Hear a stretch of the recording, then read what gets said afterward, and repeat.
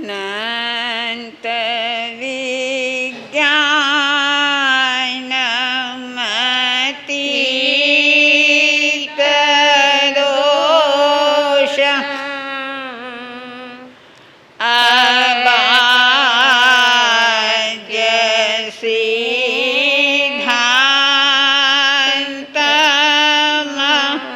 મર્ત્ય પૂજ્યમ શ્રીવર્ધમાન જૈન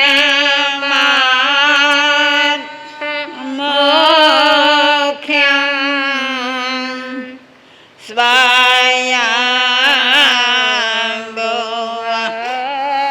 સ્તોતુમહં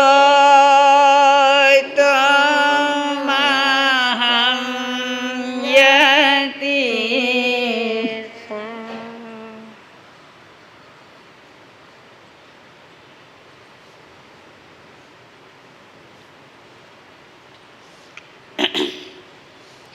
વિતરાગ પરમાત્મા અનંત જ્ઞાની અનંત દર્શની પ્રભુવીર જગતના ભવજીઓ સમક્ષ અમૃતમય વાણીનો પ્રવાહ વહાવતા ભવ્યાત્માઓને મોક્ષનો માર્ગ બતાવી ગયા છે. મોક્ષ માર્ગની આરાધના સમ્યક દર્શન, સમ્યક જ્ઞાન અને સમ્યક ચારિત્રથી થાય છે. જ્યાં સુધી આ ત્રણેય ગુણો સમ્યક રૂપે પરિણત નથી થતા ત્યાં સુધી જીવને આરાધનાનો માર્ગ મળતો નથી. આપણે સૌએ આરાધનાનો માર્ગ ગોતવાનો છે. સામે જ પડ્યો છે પણ દેખાતો નથી, બહાર નથી. એ માર્ગ અંદર છે અને અંદર છે એટલે જ જણાતો નથી. અંદર કેટલું બધું પડ્યું છે, બેસુમાર છે, પણ એની ઝાંખી આજ સુધી આપણે કરી નથી. શ્રમણ ભગવંત મહાવીર પોતાની ચર્યાથી સમજાવે છે કે એમને શું શું પ્રાપ્ત કર્યું છે,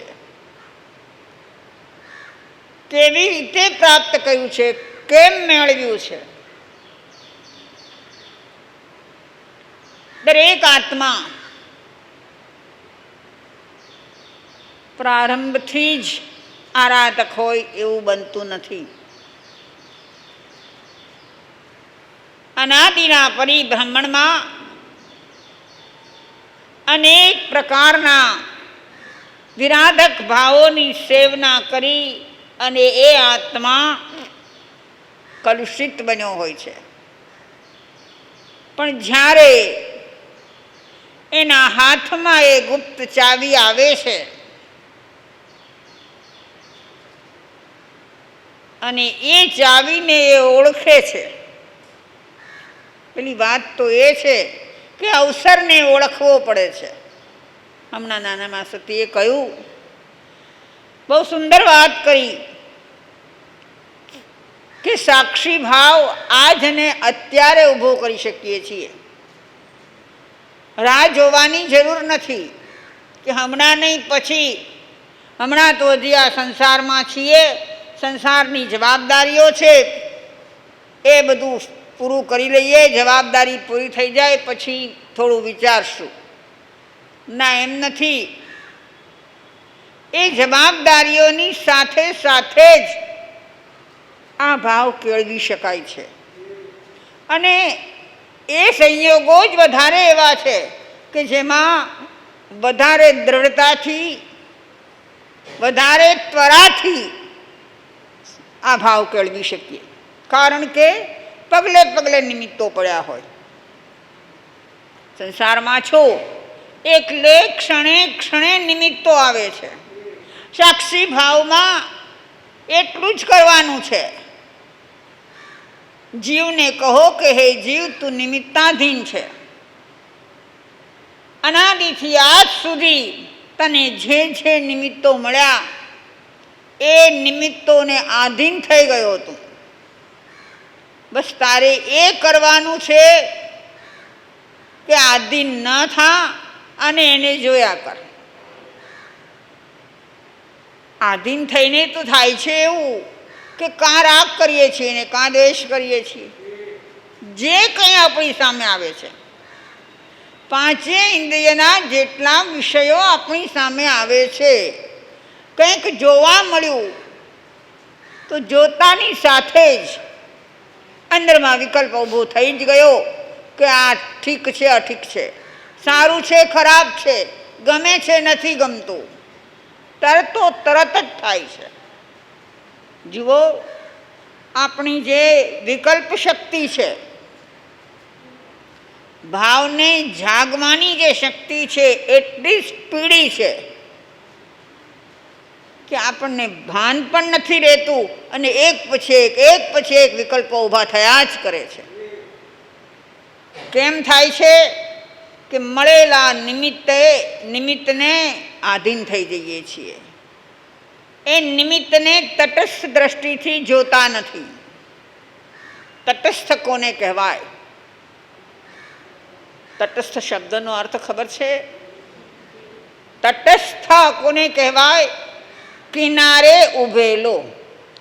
તટ એટલે એક નદી છે, નદી વહી જાય છે, એને કિનારે સ્થ એટલે તમે ઊભા છો.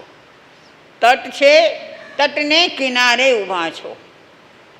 હવે મને કહો કે નદી તો બહુ સુંદર છે, ખળખળ ખળખળ વહી જાય છે, પણ તમે કિનારે ઊભા છો તો તમારા પગ ભીંજાય ખરા?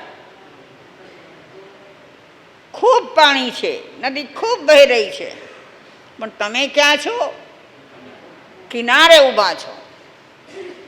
કિનારે ઊભેલા હા જોઈ શકે છે કે આટલી નદી, આટલી વિશાળ નદી આટલી સુંદર રીતે વહી રહી છે, કેટલું પાણી છે નદીમાં, એ જોઈ શકે છે. કદાચ કિનારે ઊભેલો પાણીની શીતળતાનો અનુભવ કરી શકે. થઈ શકે કે નહીં? ક્યારેક થઈ શકે. એ નદી વહી રહી છે અને એના જે પાણીના સ્ફુલિંગો થોડા થોડા થોડા થોડા ઉડે છે, એનો પણ સ્પર્શ થઈ શકે, પણ ભીંજાતા નથી. દૂરમાં ક્યાંક આગ લાગી છે, અહીંથી દેખાઈ શકે એવી રીતે છે, પણ ઘણી દૂર છે. ખ્યાલ આવે છે કે ભાઈ ત્યાં આટલા ધુમાડા નીકળે છે, આ આગની લપટો પણ નીકળી રહી છે, લાગે છે કે કંઈક બળી રહ્યું છે, સળગી રહ્યું છે, પણ અહીંયા તાપ કેવો લાગે?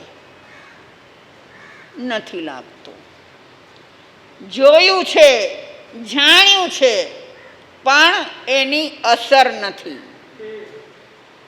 બરાબર છે? બસ એ જ કામ આપણે પલે પલના જીવનમાં કરવાનું છે.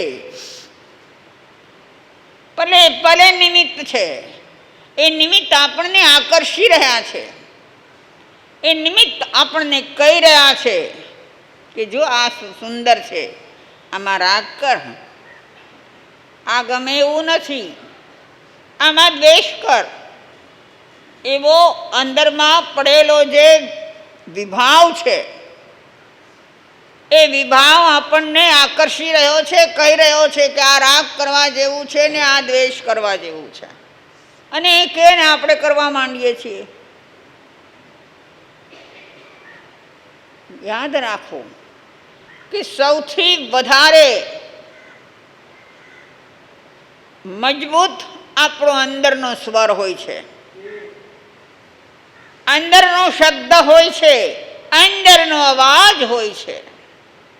એ અવાજ સ્વભાવ દશાથી લેપાયેલો હોય તો એનો સ્વાભાવિક સૂર આવશે, અને વિભાવ દશાથી લેપાયેલો હશે તો એ વૈભાવિક સૂર આવશે.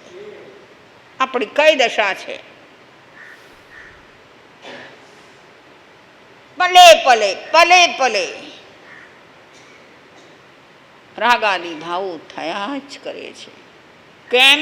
તો કે ક્યારેય એને બ્રેક મારવાનો વિચાર કર્યો નથી. વાહન ચલાવનારને બ્રેકની ખબર હોવી જોઈએ કે નહીં? નાનું એવું વાહન, અરે એક સાયકલ ચલાવતો હોય, સાયકલથી કોઈ મોટો એક્સિડન્ટ થવાનો ના હોય, પણ સાયકલ ચલાવનારને પણ એની બ્રેકનું ભાન હોય ને ન હોય તો નુકસાન નોતરી બેસે છે. બરાબર? આપણે આખું એ જીવન ચલાવવું છે. આ મનુષ્ય દેહ, એની પાંચે ઇન્દ્રિયો અને મહાશક્તિશાળી એવું મન, આ બધાયનો ઉપયોગ કરવો છે. આખો વખત એનો ઉપયોગ કર્યા કરીએ છીએ, પણ ઇન્દ્રિયો કે મનની બ્રેક આપણા હાથમાં નથી. કોઈને ડ્રાઇવિંગ કરવી હોય અને કોઈ કે ભાઈ ડ્રાઇવિંગ તો કરીશ પણ બ્રેક નહીં પકડું, તો ન ચાલે ને. તમારો દીકરો જ હોય, ગાડી ડ્રાઈવ કરતો હોય અને એ કહે પપ્પા હું બહુ સરસ ચલાવું છું પણ હું બ્રેકને હાથ નહીં અડાડું, બેસો ગાડીમાં. નહીં બેસો? તમારા દીકરાની ગાડીમાં તમે નહીં બેસો. કેમ? કે જે હોવું જોઈએ એનામાં નથી. બાકી બધું જ છે, પણ એ બ્રેક વિશે સમજતો નથી, બ્રેકને જાણતો નથી, બ્રેકનો ઉપયોગ કેમ કરવો એની એને ખબર નથી. બંધુઓ, આપણી આ જ દશા છે. હા, ને તોય આપણે થોડાક ડાયા તો ખરા, થોડાક ડાયા ખરા કે જ્યાં એમ લાગે છે કે અહીંયા કશું ઉપજે એમ નથી, ત્યાં બ્રેક લાગી જાય છે.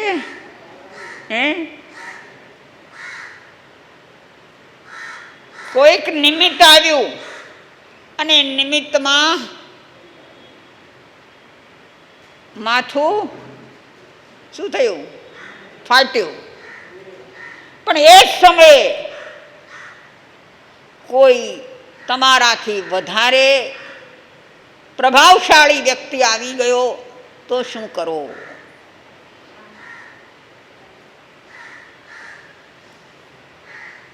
જે તમે જેને તમારાથી નીચો માનો છો, નાનો માનો છો, કમજોર માનો છો, ત્યાં તમારું બધું ચાલે છે.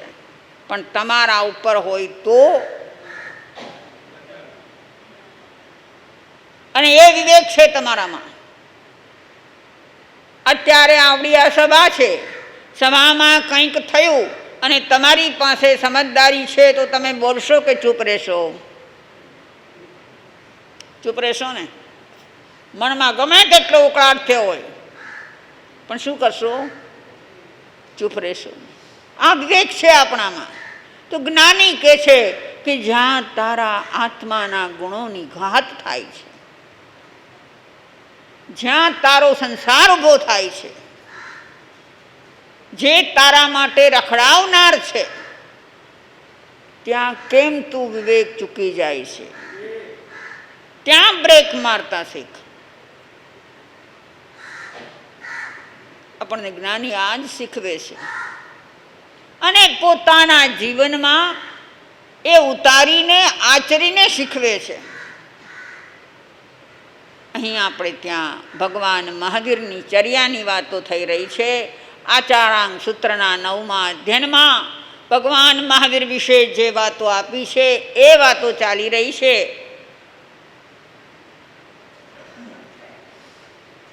સાંભળ્યું તમે? 2 દિવસ આપણે વાત કરી કે એમના ખભા પર દેવદુષ્ય હતું. એ દેવદુષ્ય પ્રત્યે એમનો સાક્ષી ભાવ હતો. છે તો ભલે, નથી તો ભલે. કેવું છે? ઉત્તમ છે કે કનિષ્ઠ છે? કોઈ વિચાર નથી. કોણે આપ્યું, શા માટે આપ્યું એનો વિચાર નથી. એની ઉપયોગિતા શું છે એનો વિચાર નથી. એ દેવ દૃશ્યના વિષયમાં એક પણ વિકલ્પ એમના માથામાં જાગ્યો નહીં. યાદ રાખવું, જ્યારે જ્યારે આવી વાતો થાય ને યાદ રાખજો કે પ્રભુ અધિછદમસ્ત છે. આ જે વાતો થઈ રહી છે પ્રભુ અધિછદમસ્ત છે, વિતરાગ નથી થયા. કેવળ જ્ઞાન કેવળ દર્શન નથી પામ્યા, નહીં તો આપણી પાસે બહુ મોટો બચાવ છે કે એ તો કેવળી હતા ને, એ તો તીર્થંકર હતા ને. અરે પણ કેવી રીતે થયા? તીર્થંકર થયા કેવી રીતે? કે એણે સ્વને સાધી લીધું, તો એક પણ વિકલ્પ નથી. એ દેવ દૃશ્ય કેટલો વખત રહ્યો એમની પાસે, શાસ્ત્ર બતાવે છે. કેટલો વખત? શાસ્ત્ર આચારાંગ સૂત્રના 9મા અધ્યયનની 4થી ગાથામાં બતાવ્યું. સંવત્સરમ સાહિયં માસં જંગડા વિચ્છાય શ્રીવત્થગમ ભગવં અચેલયે તવોચાઈ તંગો સજ્જવત્થમાણ ગારે. સંવત્સરમ સાહિયમ માસમ, 1 વર્ષથી અધિક માસ સુધી, એટલે કે 13 મહિના. 13 મહિના સુધી એ વસ્ત્ર એમના ખભા પર પડ્યું છે. પછી શું થયું? આપણી પાસે 2 વિકલ્પો છે એના. એક વિકલ્પ આપણે સાંભળ્યો છે કે પ્રભુના ખભા પર એ પડ્યું હતું, અને એક ગરીબ બ્રાહ્મણ જ્યારે પ્રભુએ વર્ષીદાન આપ્યું, વર્ષ દિવસ સુધી કરોડો કરોડો સોનૈયા લૂંટાવ્યા, એ વખતે એક બ્રાહ્મણ કે ત્યાં હાજર નહોતો. એને પ્રભુના હાથેથી દાન મળ્યું નથી. હવે વિચાર કરો, અત્યારના ને ત્યારના યુગનો વિચાર કરો. અહીંયા આ રીતે અત્યારે આ કાળમાં આ રીતે દાન દેવાતું હોય તો આપણને બધાને ખબર પડ્યા વગર રે? અને આપણે દોડીએ કે નહીં? બધાને આપે છે, માત્ર ગરીબોને આપે છે એમ નહીં. જે કોઈ જાય છે એને એ દાન આપી રહ્યા છે. તો આપણને પણ એવી ભાવના થાય ને કે તીર્થંકરના હાથે ક્યાંથી મળે, ચાલો દોડો ને લઈ આવો. અહીંયા નહીં, મુંબઈમાં જ નહીં, આઉટ ઓફ બોમ્બે હોય તો પણ જઈએ.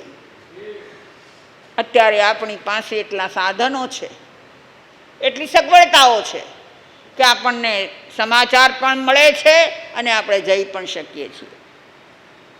જ્યારે આ બ્રાહ્મણની વાત સાંભળીએ છીએ ત્યારે એમ થાય છે કે આખું 1 વર્ષ પ્રભુએ દાન દીધું, તો એ બ્રાહ્મણને સમાચાર નહીં મળ્યા હોય? ન પણ મળ્યા હોય. કોઈ સાધનો જ નહોતા. જાય કર્ણોપકર્ણ વાતો જાય ખરી, એકના પાસેથી બીજા પાસે, બીજાથી ત્રીજા, એમ કરતાં કરતાં ગામો ગામ ચર્ચા ચાલે, પણ આના સુધી નહીં પહોંચી હોય. એટલે એ વંચિત રહી ગયો. એને એમ થયું કે ભલે દીક્ષિત થઈ ગયા પણ જઈને વિનંતી તો કરું, માંગું તો ખરો. એને નહીં ખબર હોય કે હવે એમની પાસે કાંઈ નહીં હોય. દાન આપ્યું ત્યારે એ રાજકુમાર હતા, રાજવી હતા, રાજ્યનો ભંડાર એમના માટે ખુલ્લો હતો. હવે શું? પણ છતાં એ આવ્યો છે, પ્રભુના ચરણોમાં પડીને વિનંતી કરી છે અને એમ કહેવાય છે, જો એ વખતે પ્રભુએ દીધું કે ન દીધું એ જોનાર અત્યારે કોઈ છે નહીં. કોણે જોયું? તમારા બાપ દાદાએ કોઈ જોયું નથી? તમારા પેઢાન પેઢીથી આ વાત નથી આવી? કોઈને નથી આવી. આ બધું શું હોય છે? જ્ઞાની પંડિતો, અનુભવીઓ, આચાર્ય મહારાજો, એની અમુક પ્રકારની કલ્પના શક્તિ પણ હોય છે કે આવું થયું હોવું જોઈએ, એમ કરીને આવી વાત આવી હોય કે એણે ગરીબ હતો, અનુનય વિનય કર્યો, પ્રભુ પાસે માંગ મૂકી અને પ્રભુએ વસ્ત્ર આપી દીધું. આ એક વાત છે. બીજી માન્યતા એવી છે કે પ્રભુ પોતાના હાથે કંઈ આપે નહીં, એમને આપવાનો વિકલ્પ પણ ન હોય. એટલે એવી એક માન્યતા છે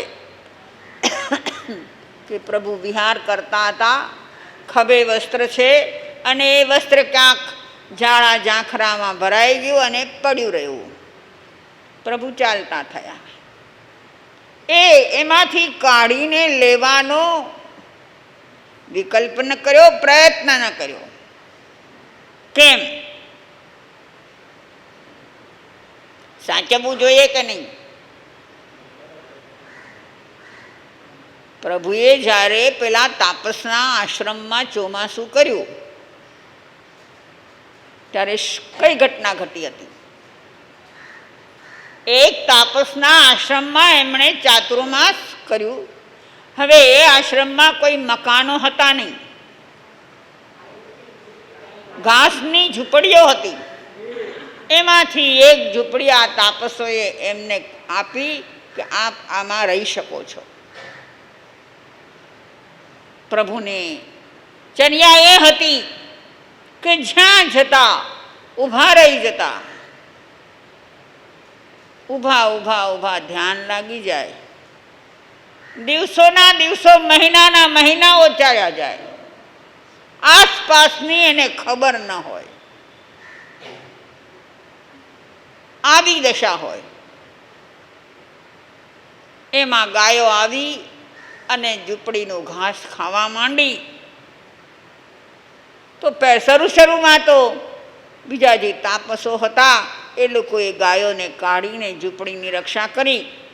પણ ભાઈ, આ તો પશુ છે, એને ખબર નથી કે આ ઝૂંપડીમાંથી ઘાસ ન લેવાય. રોજ કાઢે છે ને રોજ આવે છે.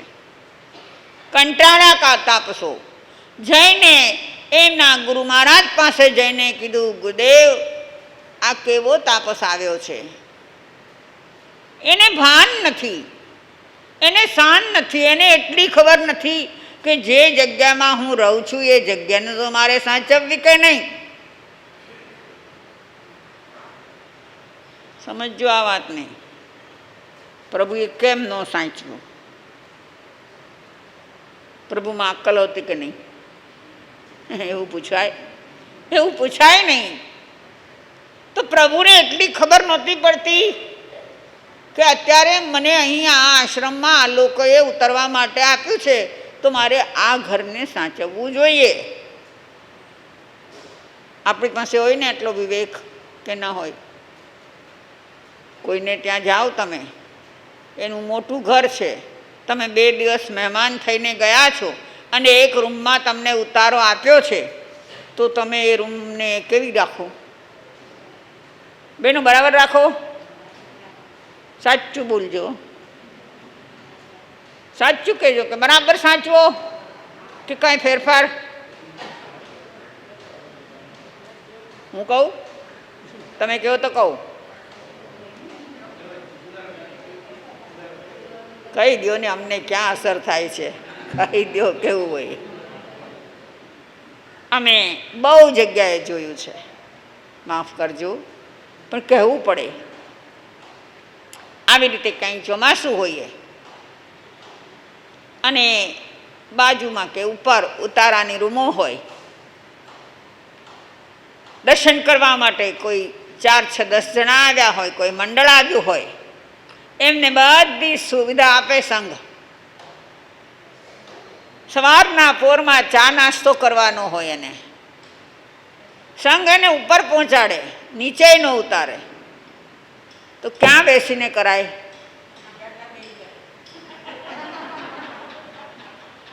બરાબર છે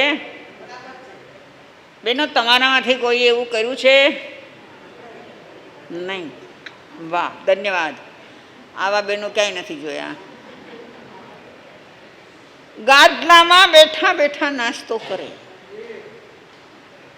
ગાંઠિયા ખાધા, ચેવડા ખાધા, એના દાણાઓ વેરાણા, ચા વાળો કપ મૂક્યો, રકાબી મૂકી, એના ડાઘ પડ્યા. પછી શું કરવો? કે કાંઈ નહીં, પછી શું કરવાનું? આપણે તો જવાની ઉતાવળ હોય ને, ટ્રેનનો ટાઈમ થતો હોય એટલે એમને એમ ગાદલું, એમાંથી કચરો ઉઠાવીને પણ બહાર નહીં. પેલું ચાદર એની ચા વાળી થઈ હોય તો પણ કાંઈ નહીં. છે ને આવું? એટલે મને એમ છે કે તમે પ્રભુને અનુસરો છો. પ્રભુ ધ્યાન નહોતા રાખતા. પ્રભુની ઝૂંપડીને ઘાસ ગાયો ખાઈ ગઈ તો પ્રભુને ખબર નથી. તમે કહેશો અમે એટલા આત્મધ્યાનમાં હોઈએ ને, ચા તો પીવાતી હોય પણ ખબર ન હોય. બને? હા, પ્રભુએ સાધુને કીધું સ્થાનક સમારતો નહીં, અમને ના પાડી. પણ છતાં આજના કાળમાં વ્યવસ્થા માટે અમારે પણ કરવું પડે છે. અહીં કચરો થયો હોય તો અમારે હાથમાં ઝાડુ લેવું પડે કે નહીં? અમને ના છે, ભગવાને અમને ના પાડી છે કે તારે ન કરાય. કોઈ જીવ જંતુ અંદર આવે ને વિરાધના થાય માટે ન કરાય. પણ ન કરીએ તો શું કરીએ એ તમે કહો. વધારે વાર ત્યાં કંઈક રહે તો વધારે જીવજંતુ થાય ખરા? તો કરવું પડે ને. તો પ્રભુ જે ઝૂંપડીમાં છે અને ઘાસ ખવાઈ રહ્યું છે એ ધ્યાન નથી આપતા. કેમ? આળસથી પડ્યા છે.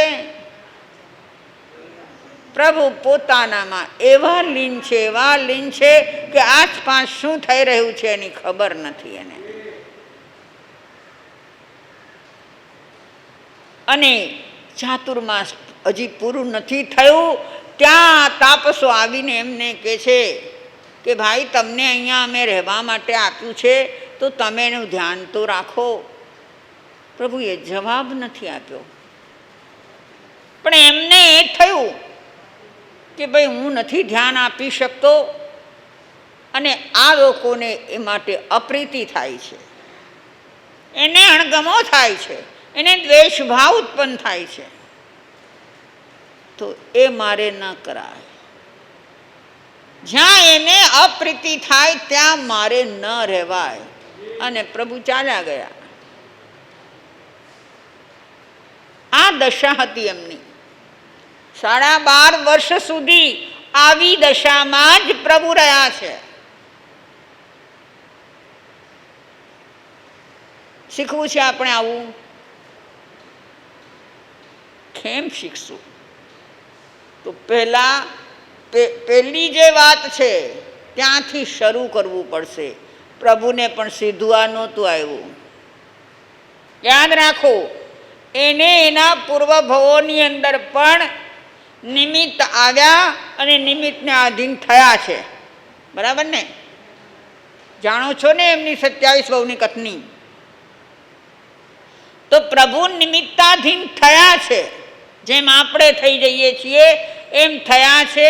અને એ નિમિત્તાધીન થવાને કારણે કેટલાક નિકાચિત કર્મો પણ બાંધી લીધા છે. કોણે? મહાવીરના આત્માએ.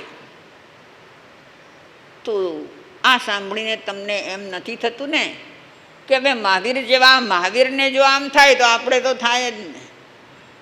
ના, એમ નહીં. એને સીધી રીતે સ્વીકારો. એના માટે સબળો વિચાર કરો કે મહાવીર જાગ્યા તો એની જે આ વિપરીત પરિણતિ હતી એનો ત્યાગ થઈ ગયો. એ છોડી શક્યા, એ સહન કરી શક્યા. કારણ કે સહન કરવું પડે છે. સાક્ષી રહેવામાં સહન કરવું પડે છે, યાદ રાખજો.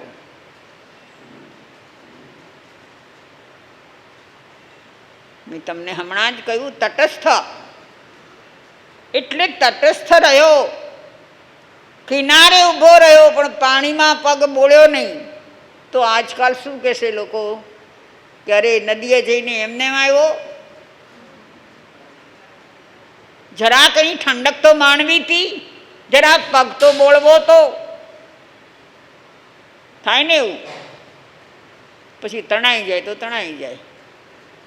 આજે તો જુઓ કેવા ગાંડ પણ ચાલ્યા છે લોકોમાં.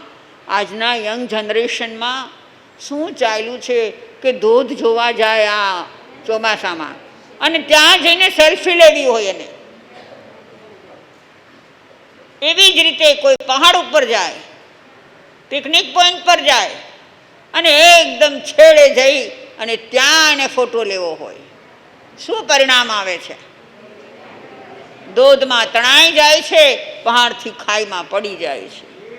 તો પણ નથી ચેતતો, તો પણ નથી ચેતતો. એટલે આ બધું તો પરાપૂર્વથી થયા કરે છે, પણ મારે એમાંથી બહાર નીકળી જવું છે.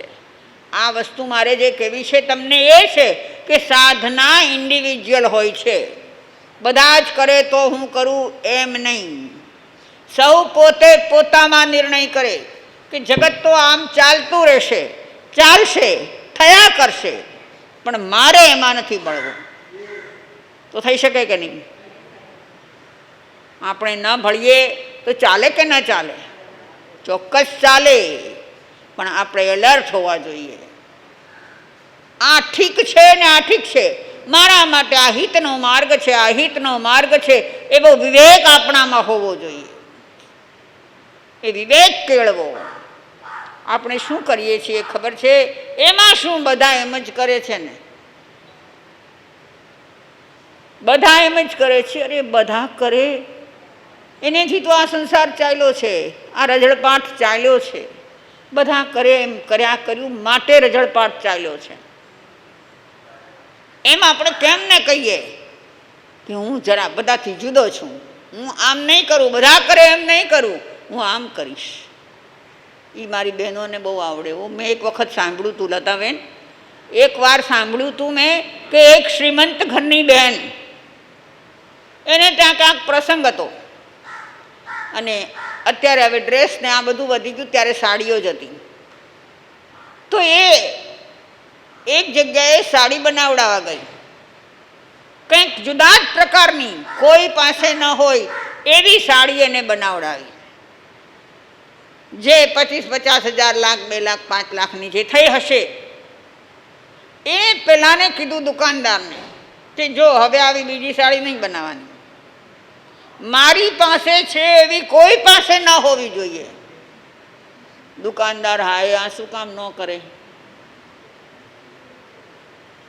કે નહીં નહીં બેન, તમને જેવી બનાવી આપી એવી હવે બનાવી જ નથી કે મારે. આ એક જ છે, પહેલી વાર મેં બનાવી છે ને આ એક જ છે. બેન લઈ ગઈ સાડી, પ્રસંગે હોંશે હોંશે પહેરી, પ્રસંગમાં ગઈ, ઘણા માણસો આવ્યા છે, એમાં એક બીજી બેને એવી જ સાડી પહેરી. પછી શું થાય એને? બેનો શું થાય? ભાઈઓને નહીં પૂછું, શું થાય તમને? અરે બહુ મોટી તકલીફ, બહુ મોટી તકલીફ. તમે એની સામે જોયા જ કરો, તમારું મન વારંવાર વારંવાર એનામાં જાય. અને પછી એની દુકાને પહોંચે, જ્યાં કરાવી હતી ત્યાં પહોંચે. ભાઈ મેં તને ના પાડી હતી ને, મેં તને કીધું હતું કે તારે 5-15 વધારે લેવા હોય તો લઈ લે, પણ આવી સાડી બીજી ન બનવી જોઈએ. ના ના બેન, મેં ક્યાં બનાવી છે. વેપારીને સાચું તો બોલાય નહીં ને, બોલાય? તમારો નિયમ છે ને. ના ના ના બેન, મેં નથી બનાવી. તો કે મેં જોઈને, મારા એ જ પ્રસંગમાં એક બેન આવી હતી ને અસલ આવી જ સાડી પહેરી હતી, આ કલર, આ ડિઝાઇન, આ બધું આ જ હતું. બેન કોઈ બીજાએ બનાવી હશે, મને નથી ખબર, પણ એણે જ બનાવી હોય. અને એ તમે એવી ને એવું બીજું જુઓ તો મોતિયા મરી જાય, ચામ મરી ગયો બધો, મજા મરી ગઈ પ્રસંગની. એક સાડીથી આ થઈ ગયું. સાડીથી નથી થયું, તારા અહંકારથી થયું છે. તારામાં એવડો મોટો ઈગો બેઠેલો છે કે મારે હોય એવું બીજાને ન હોવું જોઈએ. આ તારો ઈગો તને હટ કરે છે, એનાથી તું હેરાન થાય છે. બંધુઓ વિચારો કે આપણો ઈગો કયા કયા ક્ષેત્રમાં કામ કરી રહ્યો છે. ઈગો રાખો તો પ્રભુ જેવો રાખો કે બધા શત્રુઓને હરાવીને રહીશ. કોઈ ગમે તે કરશે, હું ચલિત નહીં થાઉં. ચલિત નથી થયા. 6-7 ગુણસ્થાને રહેલા એ મુનિવર, આપણે તીર્થંકર કહીને સંબોધીએ છીએ, પણ એની છદ્મસ્થ અવસ્થામાં હજી એ તીર્થંકર નથી થયા, એ મુનિવર છે. એ મુનિવર ચલિત નથી થયા. કેમ? તો કે સાધી લીધું છે પોતાને. જેણે, આ તો આત્માને સાધવાની વાત છે. શરીર પણ જે સાધે છે ને એ લોકો કરી શકે છે. બહુ વર્ષો પહેલાં એક વખત મેં એક મેગેઝિનમાં વાંચ્યું હતું કે એક પહેલવાન હતો, કુસ્તી લડે ને, કેવા પહેલવાન હોય, કેવું શરીર એને કસ્યું હોય, કેવું ઘડ્યું હોય. એક વખત કોઈએ ચેલેન્જ કરી એને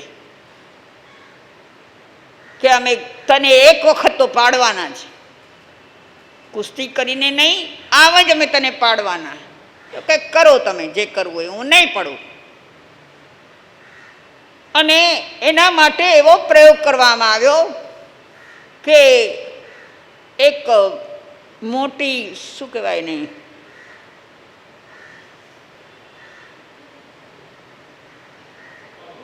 લોઢી નહીં,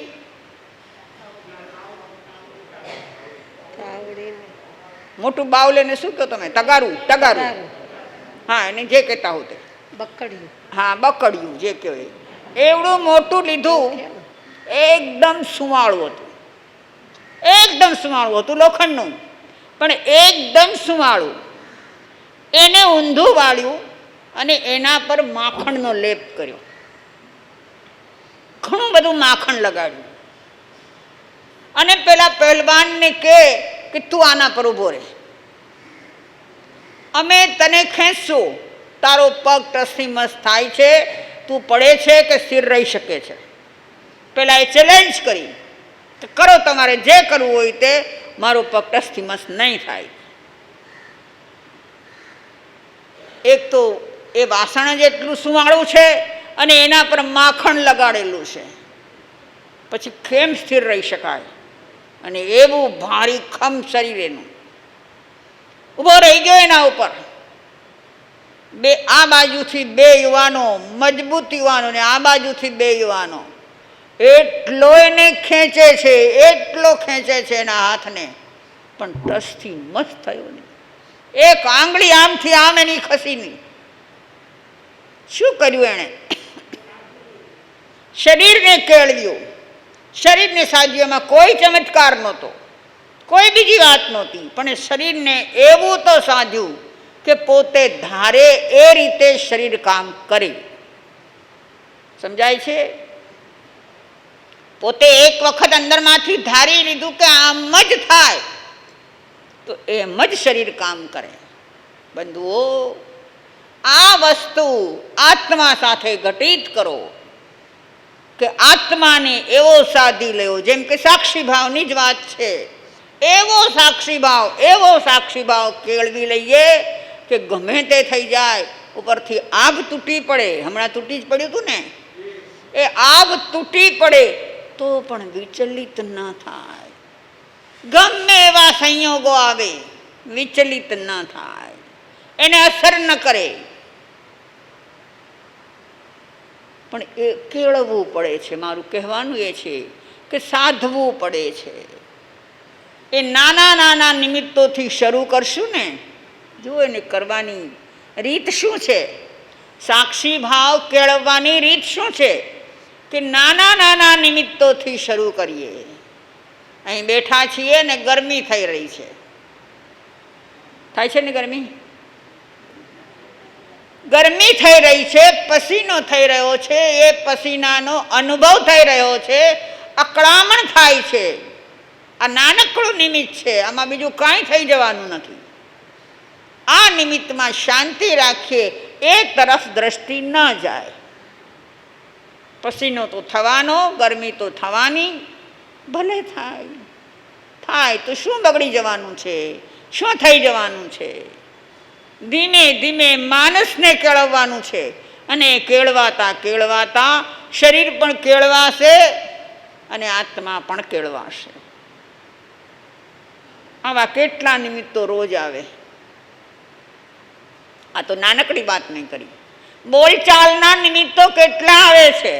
આણે આમ કીધું ને આણે આમ કીધું, આ તો રોજ હોય ને, ઘરે હોય, બહાર હોય, ઉપાશ્રયમાં હોય, જ્યાં જાઓ ત્યાં કોઈક ને કોઈક તમને ભટકાય જ, અને એની સાથે બોલવા ચાલવાનો વ્યવહાર હોય જ.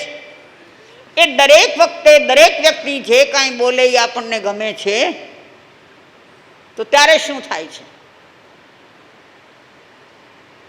આપણને ન ગમે એવું કોઈ બોલ્યા તો શું થાય છે, તરત દ્વેષ ભાવ જાગે છે, તરત ગુસ્સો આવે છે. એટલે એટલી સરસ એક શબ્દનો ઉપયોગ કરે છે હિન્દી ભાષામાં કે આપે સે બહાર હો ગયા. ગુસ્સો આવે ને એટલે એને એવો શબ્દ વપરાય છે હિન્દીમાં કે वो तो आपे से બહાર હો ગયા. આપે સે એટલે પોતાથી બહાર જવું, ગુસ્સો કરવો એટલે પોતાથી બહાર જવું, પોતે પોતામાં ન રહ્યો. સમજાય છે? પોતે પોતામાં રહે, એને ક્રોધ ન અડે, અહંકાર ન અડે, માયા કે લોભ ન અડે, એ પોતાનામાં સ્થિર હોય. આવી સ્થિરતા ધીરે ધીરે ધીરે કેળવાતા મહાવીર સુધી પહોંચાય છે. મહાવીર બનવું છે કે નહીં આપણે? કેટલાક ભાઈઓ બહેનો એવો પ્રશ્ન પૂછવા આવે કે માં સુધી બધાય તીર્થંકર થઈ ગયા, હવે ન થવાય તીર્થંકર, તમારે થવું છે? તો કે હા, કેટલી મજા તીર્થંકર થવામાં, કેટલી મજા. કે શું મજા? અરે ઇન્દ્રો તો સેવા કરે, ઇન્દ્રો સેવા કરે, કેવા સમોસરણ રચાય, પગલે પગલે કમળ ફૂલ રચાય, 24 જોડ ચામરની વીંજાય, કેટલી મજા. એટલે આપણે તો તીર્થંકર થવું છે, મેં થવાની હજી છૂટ છે, થાવ, કરો, એ જાતની સાધના કરો, તમારા કર્મોને બાળો તો તમે તીર્થંકર થશો. પણ એમને એમ નથી, અહીંયા લડ્ડુ ખાના મોક્ષે જાના નથી, બહુ બધું કરવું પડે છે. તો હા બંધુઓ, પ્રભુ નિર્વસ્ત્ર થઈ ગયા, એ વસ્ત્ર પડ્યું રહ્યું, પ્રભુને એનો વિકલ્પ પણ નથી, અને એ અચેલક થયા. પ્રભુ એ સમજાવવા માગે છે કે હવે પછીનો જે સમય આવશે એ સમયમાં મુનિઓ સચેલક પણ રહી શકે છે અને અચેલક પણ રહી શકે છે. યાદ રાખો, પ્રભુ મહાવીરને બધા જ સિદ્ધાંતોની સ્થાપના કરવાની હતી. આજે આપણી પાસે જે કંઈ નિયમો છે, જે સિદ્ધાંતો છે, એ બધું તીર્થંકર પરમાત્માનું આપેલું છે. એટલે એ સ્થાપના કરવાની હતી, એટલે એણે પોતે પોતાની જાત પર બધું કર્યું. આજે પણ કોક વ્યક્તિ એવા મળે છે કે એને કંઈક નવો આવિષ્કાર કરવો હોય, સમાજની સામે કોઈ નવીન વસ્તુ મૂકવી હોય તો પોતા પર જ પ્રયોગ કરે અને એ પ્રયોગમાં સક્સેસ થાય પછી સમાજ સામે મૂકે. તો પ્રભુએ પણ આ પ્રયોગ કર્યા અને પછી જ્યારે શાસનની સ્થાપના કરી ત્યારે આવા નિયમો આપણને આપ્યા.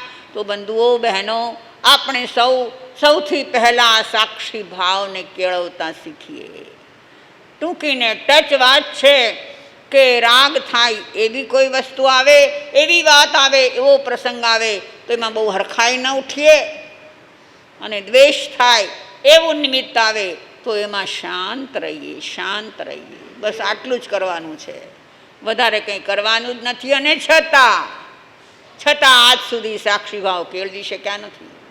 તો કેળવવાનો પ્રયાસ કરો, આજથી શરૂઆત કરો. માસુતીએ બહુ સરસ પોઈન્ટ આપ્યો. આજથી શરૂઆત કરો અને સાક્ષી ભાવ કેળવતા આગળ વધી જાઓ તો જીવનમાં શાંતિ જ છે. શાંતિ જોતી હોય ને બીજું કાંઈ જવા દો, પણ શાંતિ જોતું હોય તો તું સાક્ષી બની જા, એટલે તું શાંતિ. બરાબર છે? તો મારા મહાવીરે આ શીખ્યું છે, એ મહાવીરના પગલાંને અનુસરીએ અને આપણા રાગ દ્વેષના વિકલ્પો કરતાં બંધ થઈએ, હળવા થઈએ, આઘા થઈએ તો આપણે સૌ સાક્ષી ભાવ કેળવી અને સિદ્ધત્વને પામી શકીએ છીએ. વાક્ય આત્મા છું, આત્મા છું.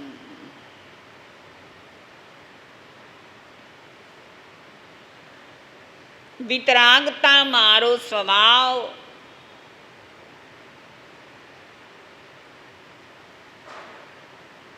પરાધીન થઈ હું રાગ કરું છું, દ્વેષ કરું છું.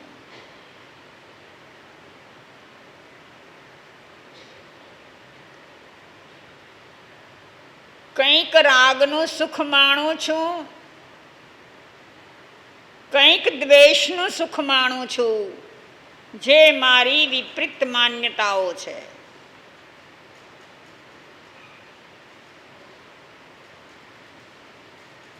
રાગ અને દ્વેષમાં કદી સુખ કે આનંદ હોઈ શકે નહીં. જે પરાધીન છે, પર નિમિત્તે થાય છે, પરના આશ્રયે થાય છે, એ મારું સ્વાધીન સુખ નથી.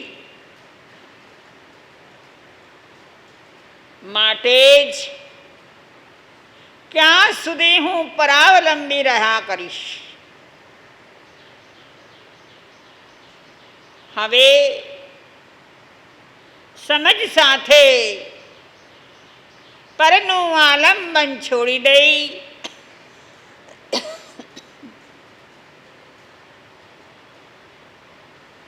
મારા પોતામાંથી જ આનંદ લેતા શીખું.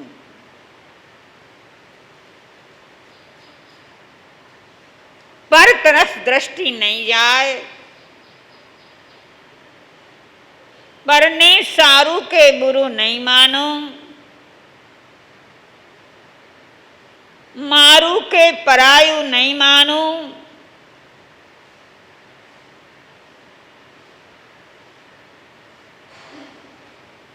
અનુકૂળ કે પ્રતિકૂળ નહીં માનું. હું મારા ભીતરથી જ મારા આનંદને મેળવી શકીશ.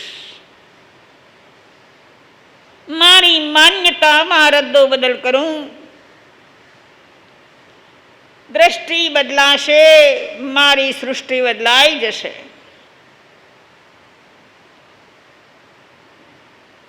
મારો પુરુષાર્થ જે છે કે હું દ્રષ્ટિ બદલી નાખું. એ માટે વધુ ઊંડાણથી, વધુ એકાગ્રતાથી શુદ્ધાત્માનું ચિંતન. હું આત્મા છું, આત્મા છું.